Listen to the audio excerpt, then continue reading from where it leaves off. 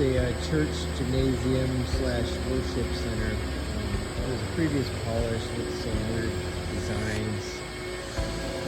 So what we're doing is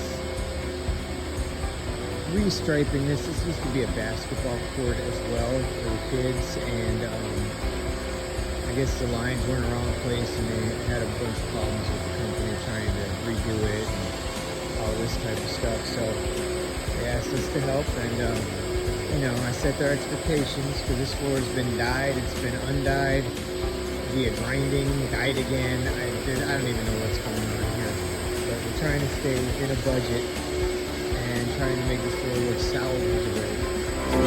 salvageable.